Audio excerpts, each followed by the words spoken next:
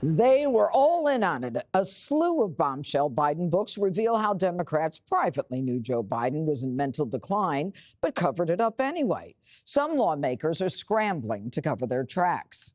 Senator Adam Schiff insisted that it was hard to gauge the president's mental capacity in the lead up to his catastrophic debate.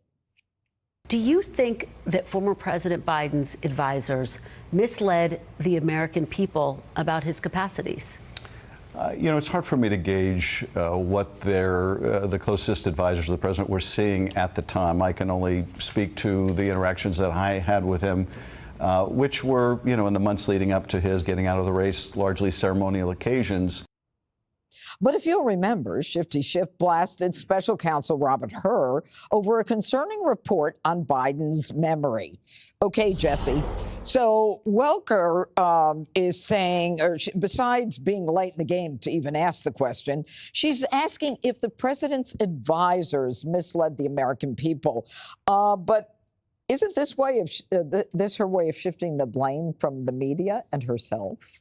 The media has culpability, but no one more than the advisors, because they were on the inside and they saw everything and participated in the cover-up. That's why one of the reasons they're going to bring in the doctor, O'Connor, who evaluated Biden for this whole time. Did he ever give him a Parkinson's evaluation? Did he give him an Alzheimer's evaluation? Why, Judge? After a couple days after the coup, this guy said Joe Biden was mentally fit.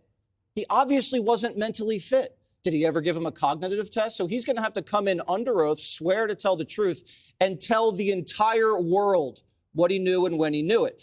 So they're also going to have to bring in the chief of staff as well, because he was obviously the president. Now, Dr. Jill, I'm reading this book, Fight. This is a good one. Dr. Jill was obsessed with the trappings of the White House. Loved the chef, loved the plane, couldn't leave. People were like, I don't know if he should run again. Dr. Jill was adamant that they remain there. And you're hearing other little nuggets too. This guy, Joe, would just sit in the Beast for 15 minutes after the car pulled up to his destination and just sit there alone in the car doing nothing. And then he'd get out of the car. Just nothing. Just wasting his time, just sitting. Harold, the whole thing with the Hur report, Joe Biden comes out and the White House comes out and they question Hur's assessment that Biden's got, a nice guy with a poor memory. And they allow Joe Biden to go out there and say, how the hell dare Hur raise my son's death? And then he lies about what he said that was in a transcript. Those advisors knew that Biden was out there lying. They did nothing. Look, I don't know. We could find out that all of these things happen to be true, but here's the truth of it. We know that he went into a debate, had an awful experience in the debate, and the Democratic Party did the right thing and said, you should not be our nominee. I think they probably will regret that they didn't perhaps open it up to a primary. But your points about whether or not they should have done more, they'll have to answer that question. I do know if someone wants to pull up from the house and sit for a while, I'm reminded of that great scene, Colonel Jessup and A Few Good Men, when they asked, why didn't that young man who wanted to go home so much, why didn't he pack his bag the night before? He said, look, maybe he's an early riser. Maybe he just likes to sit in the car when he pulls up at places. Who knows? All I do know is this. What happened, he ended up not being the nominee. And the question becomes, should he have stepped down earlier? He will have to live with that as well as his advisors will. Dana, I don't know if that's the question that not only he, but his advisors and doctors and the media, we all saw it. Walz now is coming out with the classic lessons learned. Kinda.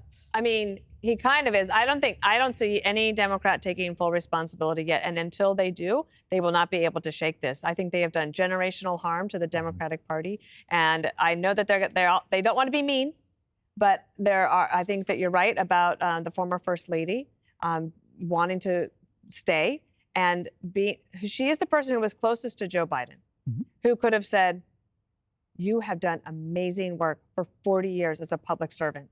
And it is time for us to go spend some more time with our grandchildren. And it's going to be a great second part of our lives. Let's go. And even if they didn't want to endorse Kamala Harris at the time, then at least they would have given them time to try to do something. But now, when all the Democrats say, well, what about Trump? Like, it rings hollow because we're not done asking questions or reading these books. And the other thing is about the media who are now writing these books.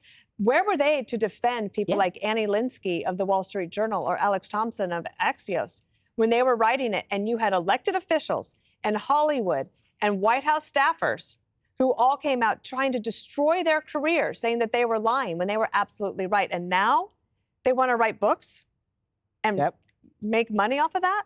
You know, Greg, it's like Jake Tapper fighting with Laura Trump. You don't have a degree to assess cognitive decline. The worst thing is that they assume we don't remember these things. This, I disagree with Jesse and quite strongly. I don't care about the advisors. Oh, I do. I don't at all. Because if this was a cover-up, it was the worst cover-up in history because all of us saw it. So it wasn't a cover-up. It was a denial. It was a denial. They were telling us that what we were seeing wasn't true. The advisors weren't doing that. That was the media.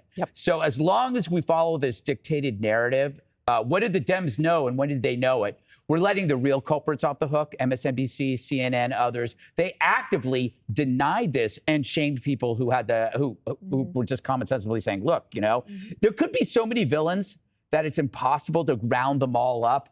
But I do want them to answer for it. I want the chickens to come home to roost. But I have a feeling that since it's the industry itself that's at fault, they're not going to investigate themselves. They never do. But I'll tell you what, they killed themselves. The media committed suicide on this one.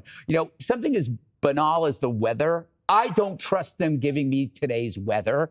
If the media wants to reanimate, their credibility, they've got to push their profession in the direction of this story. But they're not. So as far as I'm concerned, there's nothing that the media can say that I will ever take with scintilla of substance or fact. But here's why it's worse on the inside, because he was worse behind the scenes. Yes, but they said it was sharp as a tack. The media said that. Well, because KJP said it. Remember, she came up with the cheap fake thing. And you can't hold the media accountable. You just have to turn the channel. These people, you got to bring in and have them swear in. And if they don't come in, you arrest them. Yes. What they did with Trump. Capital punishment, right, Jesse? Yes. Joe Biden won't be the last person to enjoy the White House. All right. What did you say? Jill Biden won't be the last person to say, I love the White House, love living there. Oh, ahead. Way to go, liberals. Women's sports is just identified as men's. Click here to subscribe to the Fox News YouTube page to catch our hottest interviews and most compelling analysis. You won't get it anywhere else.